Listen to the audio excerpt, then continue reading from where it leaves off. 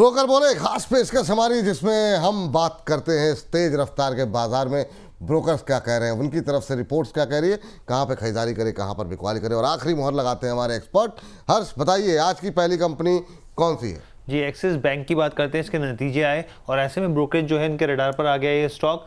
और यहाँ पर आप देखिए CLSC की रिपोर्ट है, आउट परफॉर्मेंस की रेटिंग दी और 1400 रुपये प्रति शेयर के भाव का इन्होंने लक्ष्य दिया है। अब इनका कहना है कि इनको जो नतीजे हैं वो ठीक ठाक लग रहे हैं। Q2 में अगर प्रॉफिट की बात करें यहाँ पर तो अनुमान 3 से 4% से ज़्यादा का रहा है इनका। इसके अलावा नेट इंटरेस्ट इनकम की बात कीजिए या ऑपरेटिंग प्रॉफिट की बात कीजिए, उसकी मदद से यहाँ पर जो है ग्रोथ देखने को मिली है। लोन और डिपॉजिट जो है वो डबल डिजिट में आता दिखा है, ये एक पॉजिटिव ट्रिगर मान के चल रहे हैं। जो कोर स्लिपेज है वो कम हुआ है यहाँ पे। हालांकि ये ज़रूर है, और हम लोग देख रहे हैं तमाम रिपोर्ट्स में, जो यहाँ पर लोन प्रोविजनिंग है 1200 करोड़ का, वो वन टाइम का है और जो 2028 मार्च 2028 तक रिलीज होता हुआ दिखेगा। तो ये ओवरऑल जो है रिपोर्ट है और इनको जो है स्टॉक ठीक लग रहा है, नंबर जो है वो ठीक लग रहे हैं। चलिए, तो ये बात यहाँ पर निकल करके आई है एक्सिस बैंक को लेकर के। रजनी सर, आपकी टिप्पणी क्या रहेगी एक्सिस बैंक को लेकर के? देखिए सर, अभी हमने जो क्वार्टरली अपडेट्स देखे थे वो अपडेट्स भी बहुत प्रॉमिसिंग थे पूरे बैंकिंग सेक्टर के लिए। और बार बार बातें हो रही हैं कि निफ्टी का नया है, बैंक निफ्टी का सपोर्ट। तो मैं समझता हूं एक्सिस बैंक डेफिनेटली यहां पे अच्छी तरीके से पोजीशनड है। फर्दर अपसाइड आपको आराम से देखने को मिल सकता है। मैं समझता हूं ये टारगेट्स बहुत इजीली अचीवेबल हैं। इस रिपोर्ट के साथ हम जाना चाहेंगे। इस रिपोर्ट के साथ जाना चाहेंगे। इस बीच आपको बता दें, एंजल वन के जब रिजल्ट्स को हम लोग डिस्कस कर रहे थे और जब हमने एंजल वन डिस्कस किया था उसमें हमारे ग्राफिक्स सही थे और वो 50% कंपनी का मुनाफा घटाई है। वो सडनली मेरे सामने जो खबरें गुजरी उसमें मुझे लगा कि 50% बढ़ा है। तो वो अपडेट अपने दर्शकों को देना जो है ज़रूरी है, और ताकि जो है उनके पास कोई मिस इन्फॉर्मेशन ना रहे। तो वो हमारी जो प्रोड्यूसर साहब ने बनाया था वो सही था। वो मेरे पढ़ने में थोड़ी सी चूक हुई, क्योंकि कार्यक्रम करते करते पढ़ने में थोड़ा सा पता नहीं कैसे आंखों से ओझल हो गई। चलिए, लेकिन आगे बढ़ते हैं और अगली कंपनी के लिए चलते हैं हर्ष के पास। जी हर्ष। जी, इडा की बात कर लेते हैं। इसके भी नतीजे आई थिंक 2 दिन पहले, और यहाँ पर देखिए ICICI डायरेक्ट की रिपोर्ट है। खरीदारी की सलाह 200 रुपये के इन्होंने लक्ष्य दिए हैं। इनका ये कहना है कि इनको AUM जो है उसमें ग्रोथ सालाना आधार पर अच्छी लग रही है, स्थिति बेहतर लगी है। इसके अलावा इन्होंने कहा कि जो एसेट क्वालिटी है उसमें लगातार सुधार हो रहा है, पॉजिटिव दिख रही है स्थिति। क्रेडिट लागत जो है वो नॉर्मलाइजेशन से कंपनी की प्रॉफिटेबिलिटी को सपोर्ट मिलता हुआ दिख रहा है। रिन्यूएबल एनर्जी जो कैपेसिटी है वो मौजूदा से लेके वित्त वर्ष 2030 तक के बीच में 500 गीगावाट जो है वो यहाँ पे बढ़ती हुई दिखेगी। वहाँ पे कंपनी का फोकस है। बिजनेस ग्रोथ जो है FY 26 से 27 के दौरान 26% से लेके 27% कैगर तक बढ़ता हुआ दिख सकता है। और इन्होंने यहाँ पर जो है EPS जो है वो भी 24x के आसपास यहाँ पे FY 27 का एस्टिमेट जो है वो तय किया है। जी, चलिए, तो ये बात इरडा पे बात निकल के आई है। और इरडा हम लोगों का मतलब जो है ये वो सब शेयर है जिस पे हम लोग मतलब बहुत बातें की हुई हैं, और चले बीच में थोड़े से सुस्त हो गए थे, अब चल रहे हैं। आज थोड़ा सा प्रेशर है। क्या टिप्पणी रहेगी यहाँ पर? रचित सर से बात हो गई। प्रदीप सर, आपकी 200 का टारगेट निकल के आ रहा है, सहमत हैं इस रिपोर्ट से आप? बिल्कुल जी, बिल्कुल। मुझे लगता है कि जिनके पास पोजीशन है उनको होल्ड रखना चाहिए, और 200 भी ऑन द वे। एक अच्छा खासा बेस जो है 140 के आसपास बनाया है। अब थोड़ा बजट तक आपको वेट करना पड़ेगा। मुझे लगता है कि टारगेट हाईली पॉसिबिलिटीज है। चलिए जरा फटाफट टिप्पणी लेते हैं हर्ष से। हर्ष, अगली टिप्पणी। जी, SDB फाइनेंशियल की बात करते हैं। इसके भी नतीजे आते हुए दिखे, और जेफरीज की रिपोर्ट है। खरीदारी की सलाह दी है, 900 रुपये प्रति शेयर के भाव का इन्होंने लक्ष्य दिया है।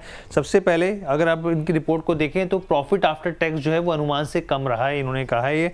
इसके अलावा बिजनेस प्रोसेस आउटसोर्सिंग जो यहाँ पे सेगमेंट है उसमें अब जो मुनाफा है वो काफ़ी बेहतर रहा है। इस सेगमेंट में एक अच्छी कमाई करती हुई कंपनी दिखी है। इसके अलावा AUM जो है वो 13% पे बढ़ा है, यानी कि एक सीमित यहाँ पर दायरे के तौर पर देखने को मिला है। यहाँ पे नेट इंटरेस्ट मार्जिन जो है उसमें बहुत स्लाइटली सी बढ़ोतरी हुई है यहाँ पे। लेकिन कहाँ पे दिक्कत हुई है, यहाँ पे जो कमर्शियल व्हीकल का जो पोर्टफोलियो है वहाँ पे एसेट क्वालिटी है वो डेटोरेट होती हुई दिखी है, ये कंसर्न देखने को मिला है। हालांकि इन्होंने कहा है कि चौथे क्वार्टर तक आते आते यहाँ पर जो डेटोरेशन है एसेट क्वालिटी का उसमें एक जो है बेहतर स्थिति रिकवरी होती हुई दिखेगी। इसके अलावा GST रेट कट का फायदा यहाँ पर भी होता हुआ दिखेगा आगे चल के। लेकिन इन्होंने अभी फिलहाल के लिए ये बोला है कि बैड लोन का कंसर्न बना हुआ है, थोड़ा हमें इसको ध्यान रखना पड़ेगा। बैड लोन का कंसर्न बना हुआ है, थोड़ा इस पर ध्यान रखना होगा। ये टिप्पणी आती हुई। और सर, आपकी टिप्पणी। मुझे रचित सर, आपका नंबर है। जी, देखिए, बिल्कुल टारगेट्स सही लग रहे हैं। और एसेट क्वालिटी का कंसर्न है सर पूरा एनबीएफसी स्पेस और बैंक्स में भी, जहां अनसिक्योर्ड पर्सनल लोन्स है वहां पे है, हमें पता है इस बारे में। तो मेरे को, अब मैं बोलने वाला था at the very face of it, but अभी नहीं बोलूंगा। बट जिस तरीके से ये पोजीशन है, मैं समझता हूं ये टारगेट्स बहुत इजीली अचीवेबल हैं। हम इन टारगेट्स के साथ जाना चाहेंगे और इसमें एक बुलिश स्टांस ही हम मेंटेन कर रहे हैं। चलिए, तो ये बात निकल के आई। नहीं सर, जो बोलते हो तो बोलते रहिए सर, कितना बचेंगे ये तो मतलब जो है नोट डाउन हो गया है सब, है ना, लिखित रूप से साक्ष्य मौजूद है। हाँ चलिए, हर्ष सर एक चीज मैं ऐड करना चाहूंगा, देखिए, और सब दर्शकों को पहले ही बोल देता हूँ, बहुत चुपचाप पूरा मैंने ये शो निकाला है, मैंने अभी तक कोई कमेंट नहीं अरे किया। हाँ, बोल दीजिए बट हमारा जो अब सर सिचुएशन है ना, और हमारे जो शो में चलता है उसके कारण से कुछ हुआ है नहीं हुआ है, प्रदीप भाई कहीं भी जा रहे हैं ना, इनकी शादी की गुफ्तगू सारी जगह हो रही है, उनकी रील्स कट के निकल के जा रही है सर। नहीं नहीं, इसमें कोई दो राय नहीं सर, मतलब हर जगह, मतलब जहाँ मतलब दर्शकों की टिप्पणियाँ जो आती हैं, जो लोग रजिस्ट्रेशन करा रहे हैं उसमें भी एक लाइन जोड़ दे रहे हैं प्रदीप जी की सर शादी इस से। बीच सर रैमको सिस्टम का ना 610 615 मैंने टारगेट दिया था, 609 का हाई लगा दिया है। हाँ तो एक बार रिक्वेस्ट है, एक बार प्रॉफिट बुक करके जाइए, क्योंकि बहुत लंबा टारगेट था, मुझे लगता है कि बहुत सेफ जाना चाहिए, पर प्रॉफिट बुक करने का सलाह रहेगा। बाकी अगर किसी को रहना है तो आप रह सकते हो, कोई इशू नहीं, इसका टारगेट और थोड़ा लंबा है। इंटरडे में एक बार प्रॉफिट बुक करने का सलाह रहेगा। इंटरडे में प्रॉफिट बुक करें, और आपका 29 हो गया है तो आप अपना डिस्क्लोजर भी दे दीजिए sir. Investment in securities market subject to market, जितने भी स्टॉक्स को लेकर मैंने बात किया है, कोई भी स्टॉक्स में मेरा कोई पर्सनल पोजीशन नहीं है, कंपनी का कोई भी पोजीशन नहीं है। एंड हो सकता है कि स्टॉक में ऑलवेज रिस्क रहता है, कुछ भी गारंटी नहीं है, पास्ट परफॉर्मेंस फ्यूचर में इंडिकेट नहीं होता। आप जब भी इन्वेस्ट करना है आपके पर्सनल फाइनेंशियल एडवाइस से सलाह लेके कीजिए एंड खुद भी स्टडी कीजिए। बहुत बहुत धन्यवाद जी आपको, रचित जी को, हर्ष जी को, व्यूअर्स को, thank you so much sir. हाँ नहीं नहीं, कुछ कहना चाह रहे हैं, जाते जाते आपको कुछ कहना चाह रहे हैं रचित ये जी? सर रैमको ओ सिस्टम भाग देखिए, चले ही गए। रैमको सिस्टम वाली बात थी ना सर, बिल्कुल ये वो वाली बात थी जब बात कोई और हो रही है और उसको डाइवर्ट बस बस वही। हालांकि इनको 11:30 बजे से ज्वाइन करना था, कहीं तो 29 पे 29 हो गया, तो मैंने कहा एकदम से मुझे ध्यान भी आ गया। एक कंपनी रह गई, जरा फटाफट हर्ष बताइए जी। हुंडई की बात कर लेते हैं यहाँ पर। ये बढ़िया। अगर आप हुंडई को देखें, यहाँ पे मॉर्गन स्टैनली की रिपोर्ट है, ओवरवेट की सलाह 3066 रुपीज़ का इन्होंने यहाँ पे लक्ष्य दिया है। अब इन्होंने कहा है कि 2030 तक अमेरिका के बाद भारत दूसरा सबसे बड़ा इनका मार्केट बन जाएगा।